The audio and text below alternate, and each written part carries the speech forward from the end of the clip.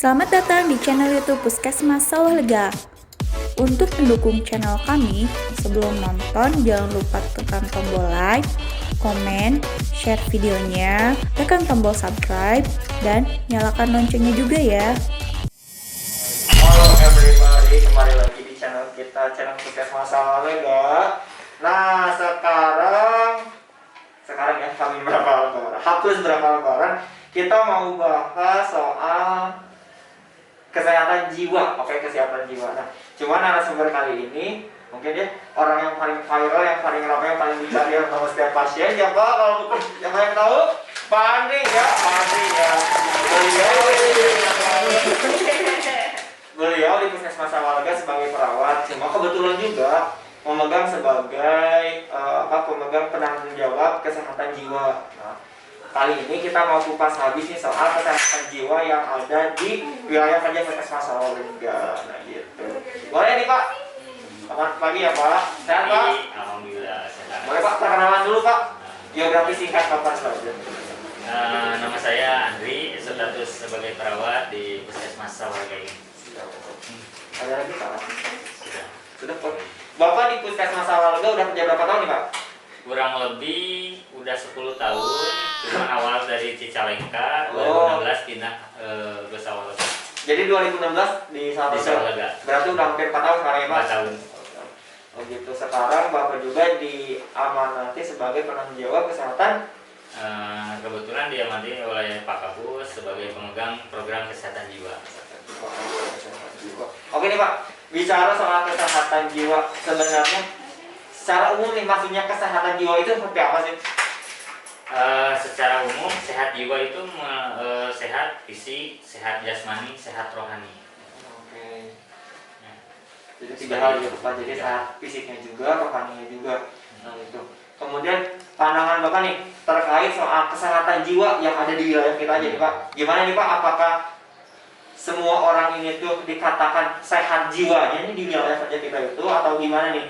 Soalnya kan depresi juga masuk juga gangguan jiwa kan ya Pak? Masuk. Oh masuk. Gitu. Jadi pandangan Bapak nih mengenai kesehatan jiwa yang ada di wilayah kerja kita gimana nih Pak? Kalau dari pemantauan dari hasil PISPK atau dari data dinas, kurang lebih sasarannya ada 71 kasus jiwa berat. 71 nih Pak? 71 sasaran. Tapi yang baru terpantau dan terbina baru kurang lebih ada 60-an. 60-an. Oke, jadi 71 itu yang dikategorikan benar jiwanya itu gangguan jiwa berat ya? Iya. Oh gitu. Kategori gangguan jiwa berat. Oh gitu tadi. Dan baru terpantau sekitar 60. Kurang lebih 60-an. Nah, bicara soal kesehatan jiwa, apakah mungkin bisa sehat kembali Pak, istilahnya itu kembali seperti semula gitu? Kalau misalnya dikatakan, kalau menurut teori bisa aja dikatakan sehat asalkan dia mau minum obat teratur, oke, satu terus obat disiplin, teratur, kontrol teratur setiap bulan, terus ada aktivitas yang tidak membuat pasien tersebut ada depresi. aktivitas. Ada aktivitas kerja.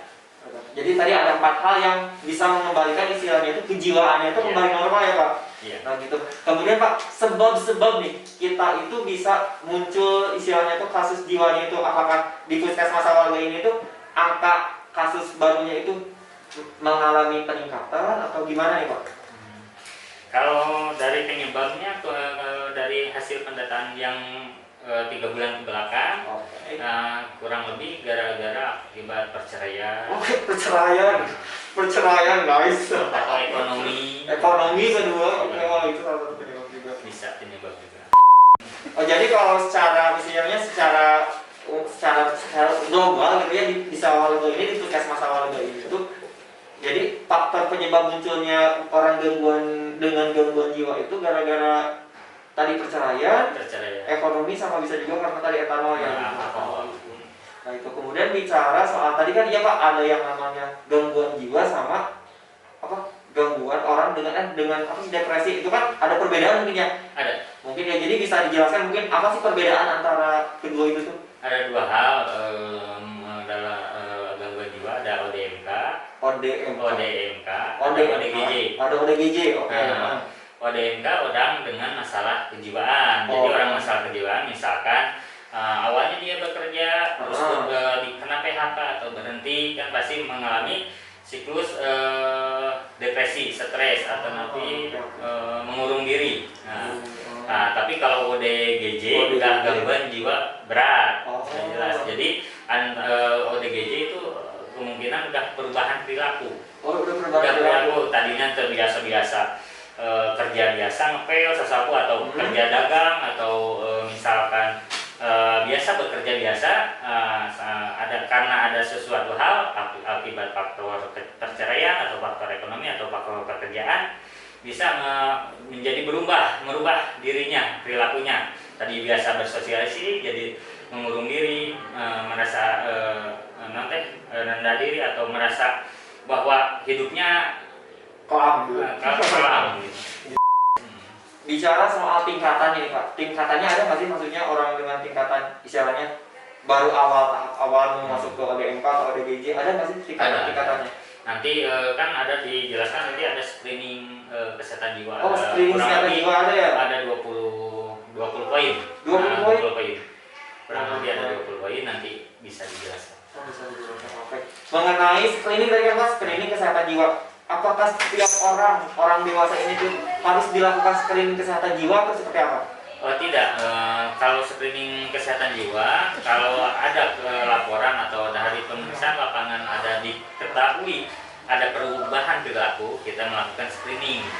Kita melakukan screening atau pihak keluarga atau pihak masyarakat melaporkan ke kami, sehingga kami bisa melakukan anamnesa. Jadi sebenarnya kesehatan jiwa ini tuh maksudnya bisa dicegah dari awal ya, dari screening itu sendiri ya. Dari screening itu. Gitu. Nah ini Pak, bicara soal pelaksanaan langsung nih, kan Bapak mungkinnya udah sering lah langsung terjun ke orang-orang yang istilahnya orang dengan gangguan jiwa. Mungkin kan kalau kita orang awam Pak agak sedikit istilahnya takut sama sungkan sama segan ketika mau menghadapi orang dengan gangguan jiwa itu. Ada nggak sih Pak sama misalnya kendala Bapak, kesan-kesannya, dukanya ataupun serunya ataupun hambatannya ketika menghadapi langsung sama pasien yang dengan gangguan jiwa gitu? Pasti ada. Sebelumnya kita anamnesa keluarganya. Anamnesa keluarganya. Apa dia gangguan jiwanya, depresinya dengan perilaku kekerasan atau tidak gitu. Nah kalau tidak ada perilaku kekerasan, kita tetap konseling langsung ke pasiennya. Tapi kalau misalkan ada terduga orang tersebut mengalami perilaku kekerasan, nah kita jaga jarak. Misalkan undang RT RW atau napi hansip atau keamanan setempat. Jadi kita enggak langsung seorang diri menganalisa atau wawancara, kita harus bersama-sama. Nah untuk antisipasi jika gangguan jiwanya muncul, nah mereka sigap menanganinya gitu. Jadi emang peran keluarga juga sangat berpengaruh ya dalam menghadapi orang yang dengan gangguan jiwa. Emang sangat berpengaruh. Terutama kan kalau peran keluarga yang paling penting, yang pertama pemantauan obat. Jadi yang pemberian obat kan harus dipantau sama keluarga. Dua, kunjungan seperti berobat di rumah sakit. Kadang-kala kan kalau keadaannya belum stabil kan kadang-kala keluarganya yang meminta obat sama mengonsulkan ke dokter spesialis jiwa ada keluhan-keluhan tambahan atau tidak. Tapi kalau misalkan orang gangguan jiwa itu ada perbaikan, ya diharuskan sama pasiennya untuk kontrol ulang. Jadi emang peran keluarga itu benar-benar penting ya Pak dalam menghadapi atau menangani kesehatan jiwa gitu ya. Mungkin ini terakhir aja Pak. Ya. Ini Pak pesan-pesan ataupun misalnya tuh caranya kita nih biar istilahnya jiwa kita tetap tenang untuk diri kita sendiri. Hal apa aja sih yang harus kita lakukan gitu Pak? Ya, kalau menurut saya yang saya alami, kita pasrah aja ke Tuhan Yang Maha Esa.